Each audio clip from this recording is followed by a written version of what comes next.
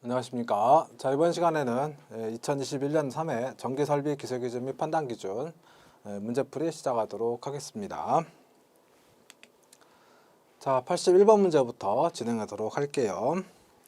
자, 뱅크 용량이 몇 킬로볼트 암페어 이상인 조상기에는 그 내부에 고장이 생긴 경우에 자동적으로 이를 전로로부터 차단하는 보호 장치를 하여야 하느냐라고 표현됐어요.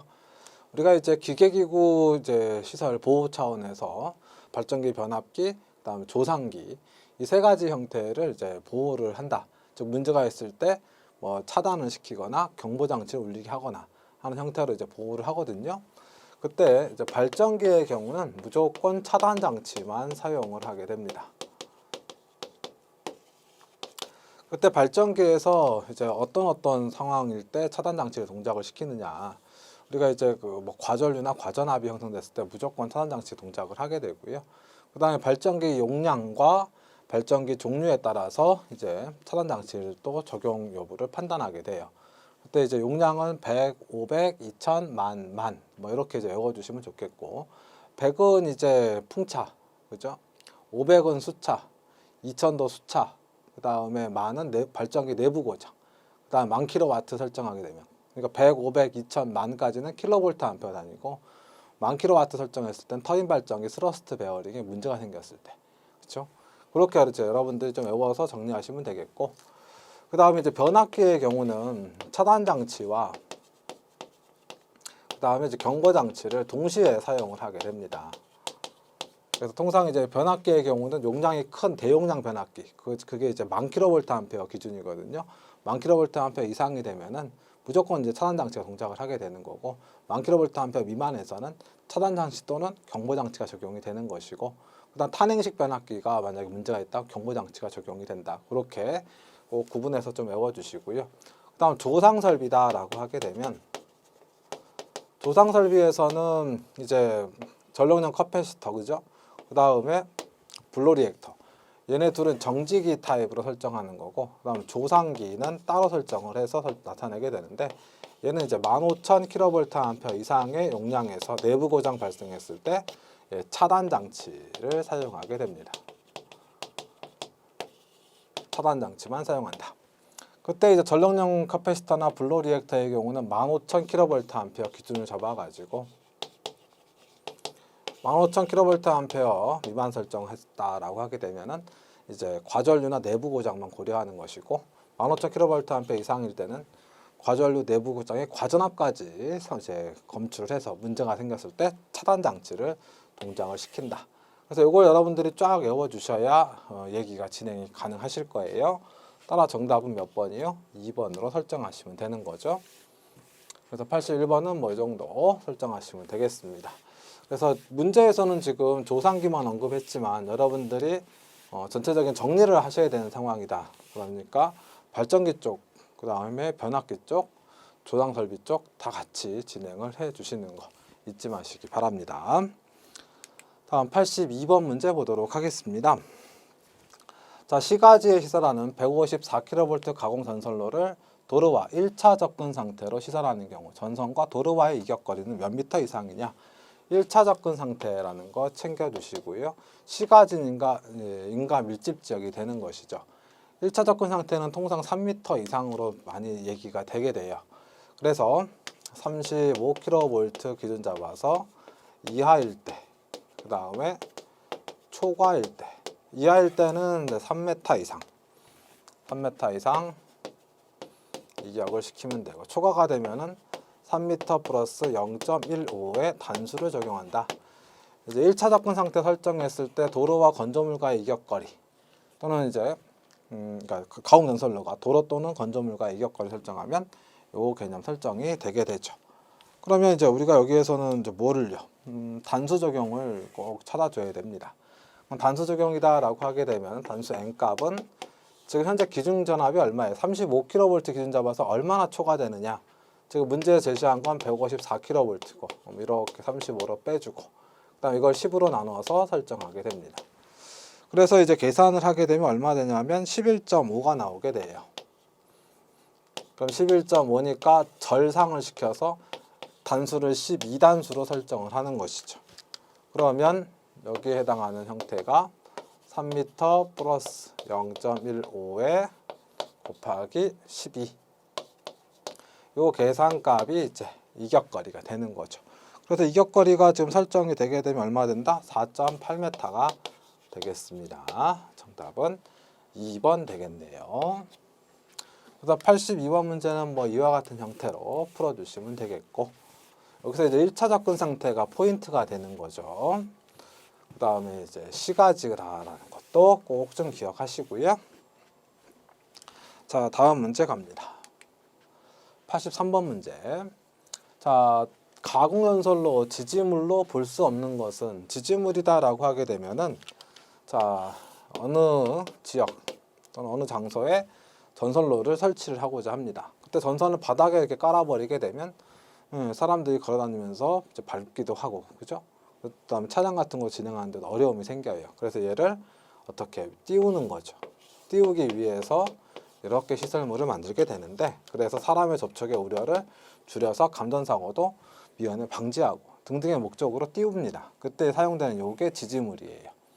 그때 지지물은 나무를 잘라 만들면 목주고, 그 나무 모양과 똑같이 만드는데 철근을 뼈대로 설정한 다음에 콘크리트를 발라서 만들게 되면 철근 콘크리트주. 근데 철근 콘크리트주 같은 경우는 길게 일단 만들어지면 콘크리트가 굳어버리면은 크기 조정이 안 되죠. 그래서 철근 콘크리트주를 이제 가지고 들어가서 작업하기가 어려운 현장도 있어요. 그럴 때는 철주를 가지고 시공할 수도 있습니다. 그래서 목주, 철근 콘크리트주, 철주. 그 다음에 상황에 따라 이렇게 생긴 것들도 있잖아요. 아주 높게 전선을 가선하고자 할 때 이렇게 생긴 철탑. 그러니까 철주, 철탑, 철근 콘크리트주 모두 지지물이고, 지선은 강도 보강용으로 사용하는 형태가 되겠습니다. 굳이 여기서 그림으로 좀 표현해 보자면 이렇게 지선 밴드라고 하는 걸, 밴드 같은 걸 전주의 주변에 묶고 손으로 쭉 당겨주는 거죠. 그다음 땅에 이제 커다란 콘크리트 덩어리 갖다 집어넣어서 선이 안 뽑히게. 그럼 이게 뭡니까 결국에? 지지물이 이렇게 쓰러질 때를 방지하기 위해 당겨주는 거죠. 요게 지선입니다. 자, 그래서 83번 문제 이 정도 봐주시면 되겠습니다. 자, 다음 문제 갈까요? 84번입니다. 자, 84번에서 전주 외등의 시설 시 사용하는 공사 방법으로 틀린 것은 이라고 했어요. 그러니까 전주 외등이다. 그러니까 바깥쪽에 설정하는 뭐 등이다라고 생각해 주시면 되겠고, 공사 방법으로 틀리다라고 하게 되면은 통상 우리가 이제 감전사고로부터 이제 보호하는 차원에서 어떤 뭐 배선 방법 또는 배선 공사를 선정한다라고 하게 되면 제일 안전한 게 케이블 공사예요. 그리고 이제 전선을 보호하기 위해서 이제 관에다 집어넣죠. 그럼 그때 이제 완전 뭐 콘크리트에 밀어 넣을 것이냐, 그러니까 영원히, 또는 이제 외부의 어떤 강한 힘으로도 견디게 할 것이냐, 그러면 이제 금속관에 넣는 것이고, 상대적으로 금속관이 좀 부담스럽다면 합성수지관, 플라스틱으로 만든 관에다 집어 넣는 것이고, 이 세 가지가 가장 일반적인 공사 방법이다라고 보시면 좋겠습니다. 정답은 1번이 되겠네요. 애자사양 공사다라고 하면 통상 이것은 옥 내에 많이 사용을 하죠. 옥 내에 이제 천정이라든지 벽면에다가 일반적으로 시공하는 패턴이니까 전주회 등에서는 적합한 방법은 아니다. 그렇게 여러분 생각하시면 좋을 것 같습니다. 자, 그 다음 문제 보겠습니다. 85번입니다. 전멸기는 스위치의 일종의 전멸기의 시설에서 센서 등 타임 스위치 포함, 그래서 센서 등을 시설하여야 할 곳은, 그러니까 똑딱이 스위치가 아니고 센서 등이다. 그건 똑딱이 스위치 없이 켜졌다 꺼졌다를 반복할 수 있는 거거든요. 그러니까 사람이 이제 지나가게 되면 사람의 움직임을 센서가 착안하게 되면 점등을 시켜주고, 그래서 어둡지 않고 밝게 만들어 사람이 다치지 않고 지나갈 수 있도록. 사람이 또 지나간 다음에 일정 시간 동안 움직임이 느껴지지 않게 되면 다시 어떻게 해요? 램프를 꺼주는 그런 역할을 하는 게 센서 등이다라고 생각하시면 됩니다. 그럼 그런 센서 등이 설정이 된다라고 하는 게 과연 어디가 될 것이냐?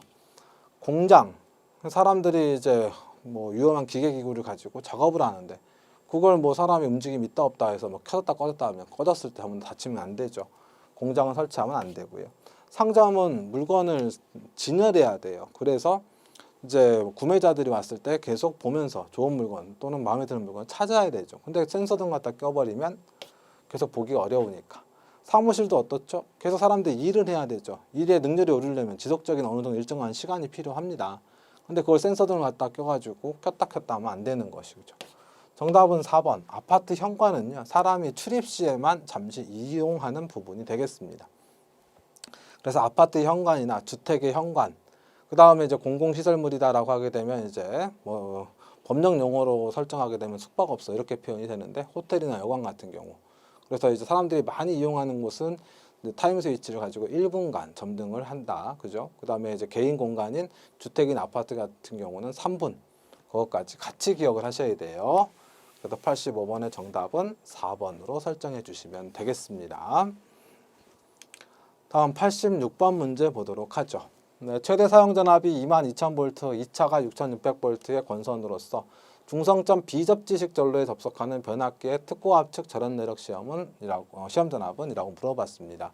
우리가 절연 내력 시험에 관련된 형태가 크게 네 가지로 구분되는데, 그 네 가지 형태를 다 이제 표가 굉장히 길고 내용이 많아요. 그걸 다 외우기가 어려우니까 이제 요약해서 또는 네 가지의 어떤 표에 공통으로 적용될 수 있는 것들을 뽑아가지고 설정하게 되면 최대 사용 전압, 그리고 시험 전압, 그리고 최저 시험 전압, 이렇게 우리가 세 가지로 구분을 해서 설정할 수가 있게 됩니다. 그때 이제 7,000V 이하, 7,000V 초과 60,000V, 즉 60kV 이하, 다음 60kV 초과, 그 다음에 중성점 비접지식, 중성점 직접 접지식, 중성점 직접 접지식인데 170kV 넘는 경우, 그리고 다중접지, 이렇게 이제 항목들을 나눠 가지고 여러분들이 좀 정리하고 외워 주셔야 됩니다.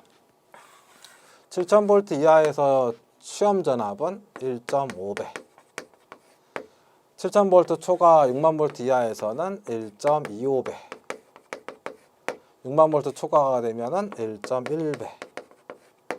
그때 시험 전압을 힘들게 구했는데 그 힘들게 구한 시험 전압 값이 너무 작으면 시험하는 게 의미가 없을 수 있어요. 그래서 너무 작은 시험 전압은 사용하지 마라. 그래서 최저 시험 전압 7,000V 이하는 500V, 7,000에서 60,000V 사이는 이제 얼마예요? 1,500V, 60,000V 초과는 75,000V를 적용해서 시험 전압을 구했는데 이 전압값보다 작으면 이 전압들을 가지고 시험을 실시하게 됩니다. 자, 그 다음 중성점 비접지식이다 라고 하게 되면은 그때는 1.25배, 중성점 직접 접지식이래요. 그러면 그때는 0.72배, 중성점 직접 접지식으로 170kV 넘을 때에는 0.64배. 그 다음에 이제 다중접지 설정하게 되면은 0.92배. 이렇게 설정해서 여러분 이거 다 외워 주셔야 됩니다. 반드시 이거는 무조건 외우셔야 돼요. 그래서 이렇게 지금 설정이 됐는데 다시 문제에 적용을 어떻게 시키는지 알려드릴게요. 첫 번째 문구만 보면요, 최대 사용 전압이 1차 측 기준으로 22,000, 2차 측 기준 6,600이죠. 그러면 이게 지금 변압기란 소리예요. 변압기에서는 1차와 2차 중 상관없이 전압이 높은 쪽 기준이에요. 그러니까 지금 첫 번째 줄만 읽으면 22,000 기준으로 절연 내력 시험을 설정한다. 그러니까 22,000V면 어디에 속하죠? 여기 속하죠. 7,000V 초과 60,000V 이하가 됩니다. 그러니까 1.25배가 시험 전압이 되는 거예요. 되셨죠? 그런데 두 번째 줄을 읽으니까 또 누가 나온다? 첫 번째 줄 얘인데 두 번째 줄에 얘 나오죠. 접지 방식이 얘기가 나와요. 접지 방식 쭉 보니까 얘죠. 중성점 비접지식. 그러니까 여기도 얼마예요? 1.25배죠. 그러니까 지금 현재 86번 문제는 1.25배를 취하면 돼요. 그러니까 공교롭게도 이렇게 됐는데, 만약에 여러분 여기 1차 전압이지. 2차 전압 무시하시고 예를 드는 거예요. 1차 전압이 예를 들어 6600V였어요. 1차가. 2차는 이제 생각하지 마시고. 1차가 6600이면은 첫 번째 줄만 읽었을 때는 7000V 이하니까 1.5배가 되는 거죠. 근데 두 번째 줄 읽으니까 뭐가 돼요? 중성점 비접 지식이 있으니까 그땐 1.25배가 되는 거죠. 그럼 이럴 때는 어떻게 한다? 이럴 땐 접지 방식이 우선순위가 되게 됩니다. 그러면 1.25배로 적용을 시켜주시면 되는 거예요. 무슨 얘기 이해되시죠? 그래서 전압의 수치와 접지 방식이 동시에 언급이 되면 접지 방식이 우선순위다. 네? 그렇게 생각하시면 되겠고, 근데 이 문제 같은 경우는 지금 전압의 수치와 접지 방식이 공교롭게도 지금 배율이 똑같으니까 그대로 적용하시면 된다. 그러므로 22,000 곱하기 1.25 계산하시면 얼마 되는지 봤더니 27,500V가 되겠습니다. 27,500V 정답은 2번 이렇게 설정하시면 되는 거죠. 저런 내력 시험은요 반드시 시험 문제에 출제된다라고 생각하시고 정리를 하셔야 됩니다. 잊지 마시기 바랍니다. 저런 내력 시험은 반드시 출제가 된다. 그래서 86번은 뭐 이 정도 설정하시면 되겠습니다. 다음 87번 문제 보죠. 자, 순시 조건 시간 t가 0.5초 이하로 설정하는 교류 전기철도 급전 시스템에서의 레일 전위의 최대 허용 접촉 전압으로 옳은 것은 이라고 설정을 했어요. 글쎄요, 지금 뭐 이건 법령이 개정되면서 추가된 부분으로 그래서 이거 뭐 우리가 일일이 이걸 다 외우긴 사실 쉽지는 않죠. 그래서 제가 봤을 때 87번 문제는 그냥 찍는 게 제일 맞는 형태가 아닌가. 그래서 0.5초 이하는 이제 670V, 그 다음에 0.5초 초과, 그 다음 300초 이하는 65V, 그 다음에 300초 초과는 60V 이렇게 좀 설정이 되거든요. 사실 이것까지 우리가 다 외우고 시험장 가는 건 쉽지는 않습니다. 그래서 만약에 이제 이 부분을 보시는 분들은 이 형태가 나오면 그냥 답만 67로 670으로 설정해 주시면 되겠고, 우리가 이제 65V는 0.5초, 그 다음에 T에 300초, 그 다음에 60V는 T가 300초, 뭐 이렇게 표현된다. 이 정도까지만 좀 추가적으로 만약 하실 분들은 해주시면 좋을 것 같고, 그게 아니다 싶으신 분들은 과감하게 빼시는 게 제가 봤을 땐 맞아요. 전기철도 같은 경우는 출제되는 비율도 사실상 한 문제 또는 가끔 이제 두 문제, 그래서 보통 한 1.5문제 이하로 생각하시면 되겠습니다. 그래서 이렇게 이제 복잡한 것보다는 기본적인 형태가 다루어질 확률이 더 높기 때문에 이런 건 과감하게 빼시는 게 좋을 것 같습니다. 다음 88번 문제. 전기 저장 장치 2차 전지. 통상 이제 2차 전지라는 건 여러분들이 아실 거예요. 충전과 방전이 되는 전지를 2차 전지. 근데 이제 슈퍼마켓에 사가지고 한 번 쓰면 더 이상 못 쓰는 게 1차 전지. 그러니까 2차 전지는 충방전이 되는 건전지다라고 보시면 되고, 충방전이 되는 건전지는요, 이제 충전도 가능하죠. 그럼 충전을 할 때 어느 정도 되면 충전을 멈춰야 돼요. 계속 충전이 돼버리면 말 그대로 이제 건전지, 즉 축전지 자체에 2차 전지 자체에 에너지가 많이 들어가면 배가 불룩해지면 나중에 터져버립니다. 이게. 그다음에 방전을 해요. 충전을 다 했으니까 방전을 한단 말이에요. 사용하니까. 그때 바닥까지 다 긁어내버리면요, 이게 충전이 또 안 됩니다. 그래서 방전도 어느 정도까지 방전되면 더 이상 방전이 안 돼요. 그러니까 여러분들 사용하시는 핸드폰이나 뭐 노트북에 들어가는 축전지가 다 2차 전지 개념이죠. 거기 걔네들도 방전을 해서 파워가 나가잖아요. 그게 제어 장치가 더 이상 방전 안 하도록 못 하도록 꺼버리는 거예요. 충전도 마찬가지. 여러분 충전 단자 꽂아놓고 그냥 주무시죠. 주무셔도 거기에 딱 충전이 되면요, 더 이상 충전이 안 되니까 이게 안 터지고 가만히 있는 거거든요. 그 개념을 기억하고 계셔야 됩니다. 그 얘기가 그대로 적용이 돼요. 그래서 전기 저장 장치 2차 전지에 자동으로 전로로부터 차단하는 장치를 시설하여야 하는 경우 틀린 것은 뭐겠습니까?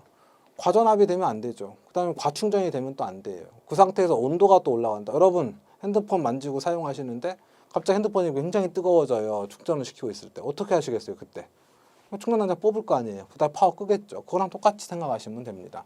그래서 과전압이 발생한 경우 차단장치가 동작해야 될 거고, 제어장치 이상이 발생한 경우, 이 제어장치가 충방전 개념을 얘기하는 거예요. 제대로 충전과 방전이 안 되는 겁니다. 2차전지 모듈의 내부 온도가 급격히 상승한다. 말이 어려워서 그렇지 그냥 축전지가 열난다는 소리예요. 그럼 꺼야죠. 그죠? 정답은요. 1번이 되는 겁니다. 그래서 88번의 정답은 1번입니다. 1번으로 설정하시면 되겠습니다. 다음 89번 문제가 됩니다. 이동형의 용접 전극을 사용하는 아크 용접 장치의 시설 기준으로 틀린 것은 이라고 했고, 이게 이제 뭐겠습니까? 여기에 지금 전원이 있었다. 전원을 통해서 여기 용접기가 있는데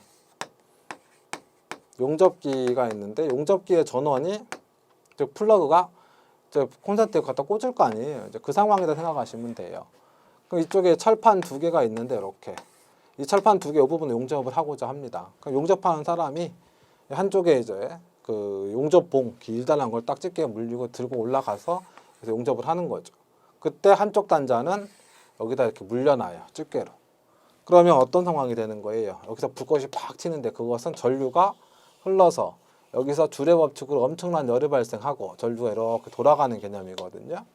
그러면 이때 열이라고 하는 게 I제곱의 R에 대한 개념이니까 이 전류가 어때야 된다? 일정해야 된다. 그 전류를 일정하게 만들어주는 설비가 용접기. 그 용접기를 뜯어보면요. 그 안에 이렇게 철심이, 이렇게 생긴 철심이 들어가요. 그래서 여기 코일 감기고 그게 이렇게 이제 물렸다라고 보시면 되는 거죠. 그래서 이제 이 용접기가 이렇게 생긴 철심을 가지고 사용하는 형태인데 요 부분을 만약에 전기기기 쪽에서 얘기하면 이걸 누설변압기라고 합니다. 이 누설변압기가 전류를 일정하게 내보낼 수 있는 특성이 있어요. 전류가 일정하게 들어가야 용접이 잘 되겠죠. 예. 그래서 누설변압기. 그래서 이게 전기기기 때는 수화 특성 이런 표현도 사용하고 있고요. 그래서 요거 개념을 여러분 설정하시면 되겠고, 그래서 이걸 바탕으로 해서 내용을 좀 보자면요. 틀린 거 찾아야 되죠. 용접 변압기는 절연 변압기다. 통상 절연 변압기는 변압기라고 하는 건 어떤 지락 사고 시 전위 상승 또는 혼촉 사고 시 전위 상승을 최대한 억제하기 위해서 접지를 하는데 대지와 연결을 시켜주는데 대지와 연결을 시키면 감전 사고 시 즉 지락 전류가 많이 흘러도 사람들이 크게 다칠 수가 있어요. 그래서 이제 그와 같은 상황을 미연에 방지하려고 접지를 안 해버립니다. 그걸 절연 변압기라 하는 거죠. 근데 우리 여기서 여러분께 말씀드릴 때 변압기 제가 접지했나요? 안 했잖아요. 그래서 이 용접기는 절연 변압기입니다. 두 번째, 용접기의 1차측 전로의 대지전압은 대지전압은 몇 볼트 설정하면 되는 거죠? 대지전압이라 했을 때 보통 별말 없으면 300볼트로 설정을 하고 사용전압은 400볼트, 그죠? 예외적으로 전기 울타리라든지 또는 이제 교통신호등 같은 경우 사용전압이 300볼트 잡히죠. 그러니까 여기서 용접변압기 1차측 전로 대지전압 300볼트는 맞다라고 봐주시면 되겠습니다.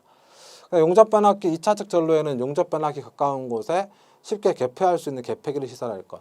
여러분 지금 이게 결국에는 용접기 누설변압기 생각하지 마시고요. 하나의 전기 제품이에요. 그럼 전기 제품의 형태를 사용하려고 콘센트가 있을 때 플러그 갖다 꽂은 거죠. 그럼 온오프 스위치는 이쪽에 있을까 이쪽에 있을까 상당히 전원 쪽에 있어야 되는 거죠. 그러니까 2차 측이 아니라 전원 측, 즉 1차 측에 있어야 될 것이다. 정답은 3번으로 설정하시면 되겠습니다. 다음 용접변압기 2차측 전로 중 용접변압기로부터 용접전극에 이르는 부분의 전로는 용접 시 흐르는 전류를 안전하게 통할 수 있는 것일 것. 전류가 안전하게 흐를 수 있어야 되죠. 여기서 왜 안전하게 흐를 수 있다라고 강조까지 해줄까요? 여기 용접하려면 엄청난 크기의 전류가 흘러야 되죠. 일정하게. 그런데 이 선이 그걸 못 버티고 만약에 과열로 녹아버리거나 타버리게 되면 용접이 안 될 뿐더러 작업자도 크게 다칠 수가 있으니까 그 얘기를 했다. 그렇게 여러분 생각하시면 될 것 같습니다. 자, 그래서 89번의 정답은 3번으로 설정해 주시면 될 것 같아요. 자, 귀선로에 대한 설명입니다. 이게 전기철도 쪽에서 이번 회차는 전기철도에 관련된 문제가 두 문제나 표현됐는데 그럴 경우는 그렇게 많지는 않을 것 같습니다. 일단 귀선로다라고 하게 되면 말 그대로 회귀한다라는 거죠. 돌아오는 길인데 전기철도에서 돌아온다. 뭐가 돌아오는 것이냐? 전기철도가 가려면 사람을 태우고 가려면 모터가 돌아야 돼요. 모터가 돌려면 전기에너지가 공급이 돼야 되겠죠. 통상 그 전기에너지 공급이 우리가 이제 공급하는 방식이 이제 가공 방식, 그 다음에 강체 방식, 제3레일 방식 세 가지로 설정을 하게 되는데, 이때 가공 방식은 전기철도 위로 오는 거고요. 근데 이게 이제 지표면 위에서 상용할 때 얘기입니다. 그 다음에 이제 강체 방식이 터널을 뚫어서 전기철도 지나갈 때 마찬가지로 전원을 터널 그 천정부에서 이제 공급하는 형태를 말하는 거고, 제3레일 방식은 이제 우리가 전기철도를 타고 쭉 가는데 전원이 어디에 글쎄요, 자세히 보면은 보이는데 잘 안 보여요, 사실. 레일이 전기철도 즉 기차가 가려면 레일 두 개가 있어야 되죠. 바퀴 두 개가 올라가서 굴러가야 되니까. 그럼 레일이 기본이 두 개인데 옆에 하나 더 있어요. 그 옆에 하나 더 있는 게 이제 제3레일이라고 해서 거기에서 전기에너지 공급을 합니다. 이렇게 전기에너지 공급하는 방법이 크게 세 가지예요. 그럼 공급을 받잖아요. 그와 같은 가선 방식을 통해서 공급을 받으면 여러분 전류가 흘러야 모터가 돌겠죠. 그러려면 돌아가야 돼요. 즉 회로가 구성이 돼야 된다. 즉 회로프가. 그러니까 오는 라인은 그렇게 되는데 돌아가는 라인은 어디로 갈 거냐? 돌아가는 라인을 하늘로 보낼까요? 안 보내요, 절대로. 지표면 위로 붕 띄워서, 여러분 붕 띄우려면 돈이 엄청 들어요. 지짐을 다 세워야 되고 하니까. 그래서 어디를 통상 그 전기철도가 지나가는 레일 있죠. 레일 도체잖아요. 금속 철로 돼 있잖아요. 거기가 이제 전류가 돌아가는 길이 될 것이다. 그렇게 여러분 생각하시면 돼요. 그 부분을 이제 우리가 귀선로라고 합니다. 틀린 게 뭐냐? 나전선을 적용한다. 레일 그 자체를 이용하는 거거든요. 가공식이요? 절대 아니라고 말씀드렸죠. 레일 자체가 바닥에 붙어 있잖아요. 그래서 가공식으로 가설을 원칙으로 한다. 정답 1번이 잘못된 것이 되겠습니다. 나머지는 여러분들이 쭉 다 읽어보셔야 돼요. 사고 및 지락 시에도 충분한 허용 전류 용량 갖도록 해야 되고요. 자, 요게 충분히 또 나올 수가 있어요. 귀선로를 구성하는 세 가지 요소 한 번씩 읽어봐 주시고요. 다음에 비절연 보호도체의 위치는 통신 유도 장애 및 레일 전이 상승의 경감을 고려하여 결정해야 한다. 그러니까 결국에는 바닥면입니다. 바닥면. 옆에 영향 주지 않도록 설정해 주는 것도 필요하고요. 그래서 일단 귀선로 가공식은 절대 사용하지 않는다라고 봐주시면 되겠습니다. 자, 그래서 90번 문제 정답은 1번 이렇게 설정하시면 되는 거죠.